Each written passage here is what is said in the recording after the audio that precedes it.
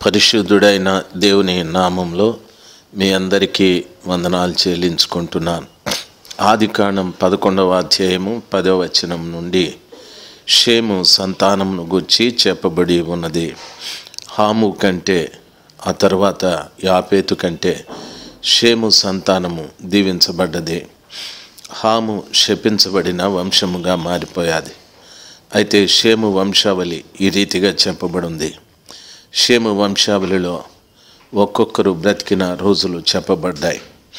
మొదటి మనుషుల కంటే కడపటి మనుషులు ఆయుష్ తగ్గుతూ వచ్చాది.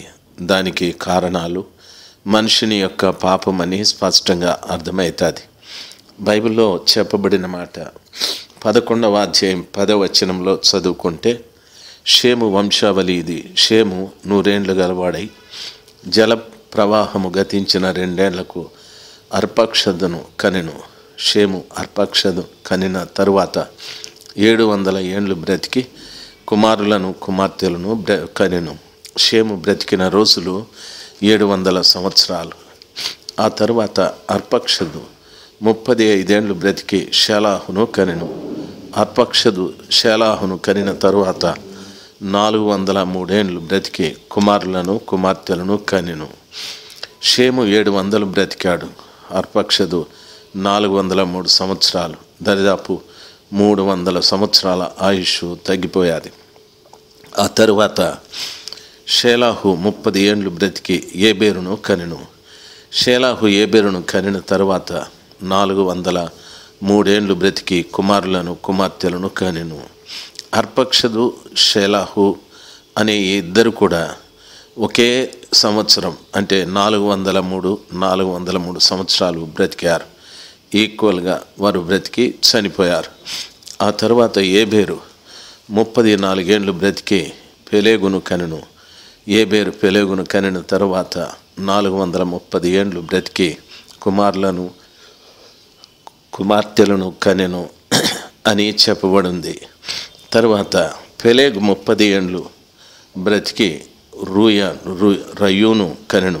పెలేగు రయూను కనిన తరువాత 290 ఏండ్లు బ్రతికి కుమారులను కుమార్తెలను కనెను. 430 సంవత్సరాలు ఏబేరు బ్రతికాడు. పెలేగు 290 సంవత్సరాలు. తిరిగి ఆయు పరిమాణం పూర్తిగా తగ్గిపోయాది. రయు 32 ఏండ్లు బ్రతికి పెరేగును కనెను. రయు పెరుగును కనిన తరువాత 200 ఏండ్లు బ్రతికి కుమారులను కుమార్తెలను కనెను. అంటే దాని అర్థం ఇంకా వయస్సు తగ్గుతూనే వచ్చేది. పెరేగు 37 ఏండ్లు బ్రతికి నాహోరును కనెను. పెరుగు నాహోరును కనిన తరువాత 200 ఏండ్లు బ్రతికి కుమారులను కుమార్తెలను కనెను. సెరుగు బ్రతికిన రోజులు 200 ఏండ్లని వాక్యం సెలవిస్తుంది. నాహోరు 29 ఏండ్లు బ్రతికి తెరహును కనెను. నాహోరు తెరహును కనిన తరువాత 119 ఏండ్లు బ్రతికి కుమారులను కుమార్తెలను కనెను. నాహోరు 119 సంవత్సరాలు బ్రతికాడు. తెరహు 70 ఏండ్లు బ్రతికి అబ్రహాము నాహోరును హారాను కనెను. అయితే అతడు కూడా తెరహు 70 సంవత్సరాలు బ్రతికాడు. 119 నుండి 70 సంవత్సరాల వరకు మానవుని ఆయుష్ పరిమాణం తగ్గుతూ వచ్చేది. తెరహు వంశావళి ఇదే. తెరహు అబ్రహామును నాహోరును హారానును కనెను. హారాను లోతును కనెను. హారాను తాను పుట్టిన దేశం అందలి కల్దీయుల బూరను పట్టణంలో తన తండ్రి అయిన తెరహు కంటే ముందుగా మృతి పొందాను. ప్రియులర గమనించాల్సింది ఇక్కడ ఆయు పరిమాణంలో గమనిస్తే తెరహు కుమారుడైన హారాను తన తండ్రి కంటే ముందుగా తాను చనిపోయాడు అని వాక్యం సెలవిస్తుంది. తెరహు బ్రతికిన రోజులు 70 సంవత్సరాలైనా ఆయన కనిన కుమారుడైన హారాను అతని కంటే ముందుగా చనిపోయాడు. హారానుకు పుట్టిన వాడే లోతు. ప్రియులరా ఆ రీతిగా తన తండ్రి అయిన తెరహు కంటే ముందుగా హారాను చనిపోయాడు. అబ్రహామును నాహోరును వివాహము చేసుకొనిరి. అబ్రహాము భార్య పేరు షారాయి, నాహోరు భార్య పేరు మిల్కా. ప్రియులరా ఆమె మిల్కాకును ఇస్సాకును తండ్రి అయిన హారాను కుమార్తె. షారాయి గొడ్రాలై ఉండెను. ఆమెకు సంతానం లేదు. తెరహు తన కుమారుడగు అబ్రహామును తన కుమారుడగు అనగా హారాను కుమారుడగు లోతును, తన కుమారుడగు అబ్రహాము భార్య అయిన శారయి అను కోడలిని తీసుకొని కనాను వెళ్ళుటకు కల్దీయుల ఊరను పట్టణంలో ఉండి వారితో కూడా బయలుదేరి హారాను మట్టుకు వచ్చి అక్కడ నివసించిరి. తెరహు బ్రతికిన దినములు 205 ఏండ్లు. తెరహు హారానులో మృతి పొందెను. ప్రియులరా, గమనించవలసిన విషయం, షేము యొక్క వంశావళి ఇక్కడి వరకు పెరుగుతూ వచ్చాది. తెరహు వరకు. తెరహు తరువాత అబ్రహాము, ఆ తరువాత హారాను, ఆ తరువాత ఈ రీతిగా హారాను, తెరహు, ఊరు అనేటటువంటి వారి దాకా ఆగాది. ఈ నాహోరు అనేటటువంటి 3 కుమారులు. అయితే తెరహు దరిదాపు హారానులో మృతి పొందెను అని వాక్యం సెలవిస్తుంది. అతడు బ్రతికిన దినములు 205 సంవత్సరాలని. మానవుని ఆయు పరిమాణము ఒక్కసారిగా 700 నుండి క్రిందికి తగ్గుతూ వచ్చాది. అంటే దాని అర్థం నరుని ఆయు పరిమాణాన్ని గూర్చి పరిశుద్ధ గ్రంథమైన బైబిలు చాలా వివరంగా బోధిస్తుంది. భక్తులు దావీదు గారు అంటున్నారు, మనుషుని ఆయు పరిమాణం 70 సంవత్సరాలు, అధిక బలం ఉంటే 80 సంవత్సరాలు అని అన్నాడు. అదే విధంగా దేవుని గ్రంథంలో అనేక మంది భక్తులు నరుని ఆయు పరిమాణాన్ని గురించి మాట్లాడుతూ ఈ రీతిగా చెప్పారు. నరుని ఆయు పరిమాణం అడవి పువ్వు లాంటిది. అది పుష్పించి వికసించి సాయంకాలం వాడబారి రాలిపోతుంది అని చెప్పాడు. అంటే నరుని ఆయువు ఎలాంటిది అంటే అది వికసిస్తుంది. మంచి రంగు, మంచి పరిమళమైన వాసన, అది రోజంతా కూడా అలాగే ఉండి సాయంకాలం వాడబడి రాలిపోతుంది. అయితే ఆ పుష్పానికి ప్రియమైనటువంటి వాళ్ళ రంగు ఉంది, అందం కూడా ఉంది, అయితే మంచి వాసన కూడా ఉంది. భూమి మీద జీవిస్తున్నటువంటి మనుషుడైన నీవు వాడిపోయి రాలిపోయేటంత వరకు నీలో అందం ఉందా? ఆ తర్వాత నీవు సువాసన ఇస్తున్నావా? నీలో ఉండవలసిన అందమేది అంటే క్రీస్తుకు ప్రభుల వారు నీలో చూసుకోవలసిన అందం అంటే దాని అర్థం పాపము ద్వారా చెడిపోయిన నీ అందం క్రీస్తు రక్తంతో కడగబడి ఒక నూతనమైన స్వరూపం, ఓ నూతనమైన అందం నీలో కనిపించాలి. దాని గూర్చి పరిశుద్ధ గ్రంథమైన బైబిల్ చెప్తాది. ఇప్పుడు ఎవరైనా క్రీస్తు యేసునందు ఉంటే నూతన సృష్టి, పాతవి గతిస్తాయి, ఇవి సమస్తము క్రొత్తవైతాయి అని చెప్పాడు. అంటే నీలో ఆ క్రొత్తదనం కనిపిస్తూ ఉందా? ఆలోచన చేయి. పుష్పం వలె ఆ అందం నీలో కనిపిస్తూ ఉందా? బైబిల్లో చెప్పబడిన రీతిగా యేసు ప్రభు అంటున్నాడు నికోదేముతో, నీవు పరలోక రాజ్యంలో ప్రవేశించాలంటే క్రొత్తగా జన్మించాలి.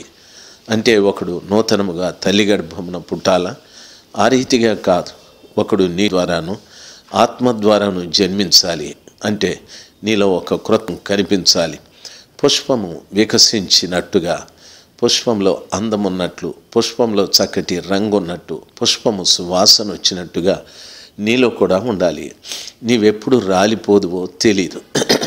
ఆ రాలిపోయే జీవితానికి ఇవన్నీ కూడా మనం కలిగి ఉండాలి. మనలో నుండి రావాల్సిన వాసన క్రీస్తు పరిమళ వాసన మనలో నుండి రావాలి. అందుకే క్రీస్తు మన కొరకు చనిపోయాడని బైబిల్ స్పష్టంగా సెలవిస్తుంది.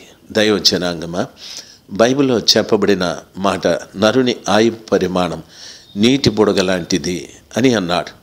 వర్షం పడేటప్పుడు మనం గమనిస్తే ఆ చిన్న చిన్న నీటి ప్రవాహాల మధ్యలో చినుకు పడ్డప్పుడు అక్కడక్కడ బుడగలు ఏర్పడతాయి. ఆ నీటి బుడలు కొంత దూరం ప్రయాణమై పగిలిపోయి ఆ నీళ్ళలో కలిసిపోతూ ఉంటుంది. అంటే ఆ బుడ్డ ఎలాగ ఏర్పడుతుందో మీకు తెలుసా?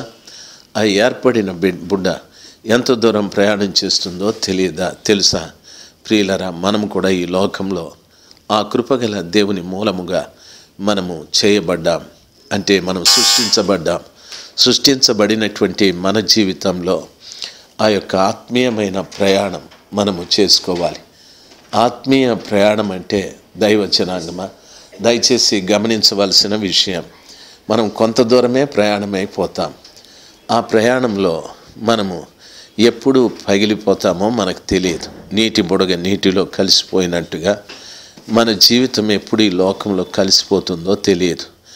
అయితే అది బుడగ పుట్టి ప్రయాణం చేసేటప్పుడు చూడటానికి అంత అందంగా ఉంటుంది.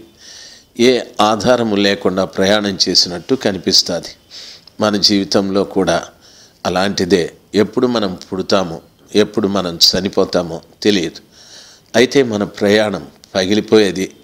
ఆ నీటిలో కలిసిపోయినట్టుగా మనల్ని ఎవరు సృష్టించారో ఆ సృష్టికర్తతో కలిసి ప్రయాణం చేస్తూ తిరిగి ఆయనలో మనం కలిసిపోవాలి. అదే ప్రసంగి చెబుతాడు, మనుషులు మరణించిన తరువాత మట్టికిని తాను దయచేసిన ఆత్మ దయచేసిన దేవుని వద్దకు వెళుతుందని. నీవు చనిపోయిన తర్వాత నీ ఆత్మ దేవునిలో కలుసుకోగలదా? ఆలోచన చేయి. అలాంటిది లేనప్పుడు నిజంగా ఈ లోకంలో నువ్వు పుట్టి వ్యర్థమే. నీ జీవితం వ్యర్థమైపోతుంది. ఆ రీతి కాకుండా నీ ఆయు పరిమాణం ఎంతకాలమో తెలియదు. ఇక్కడ 700 ఏండ్ల నుండి దరిదాపు 70 ఏళ్ళు బ్రతికిన వారు కూడా ఉన్నారు. ఆ రీతిగా రోజు ఆయు పరిమాణం తగ్గిపోతూ ఉంది. మనం ఎంతకాలం బ్రతుకుతామో తెలియదు గనుక దేవుడు మనకిచ్చినటువంటి ఆ సౌందర్యం కాపాడుకోవాలి. దేవుడు మనకిచ్చిన సువాసనని కాపాడుకోవాలి. ఆ కృపగల దేవునిలో మనం తిరిగి లీనమయ్యేటట్టుగా మన ఆత్మీయ జీవితాన్ని కొనసాగించుకోవాలి. ఈ గొప్ప జ్ఞానం దేవుడు నీకు దయచేసి నువ్వు బ్రతికున్న రోజుల్లోనే నిన్ను సృష్టించిన సృష్టికర్తను కలిగి జీవించటానికి మీరు నేర్చుకోవాలని ప్రేమపూర్వకంగా మనం చేస్తున్నాను. దేవుడు మిమ్మల్ని దీవించునుగాక. Amen, amen, amen.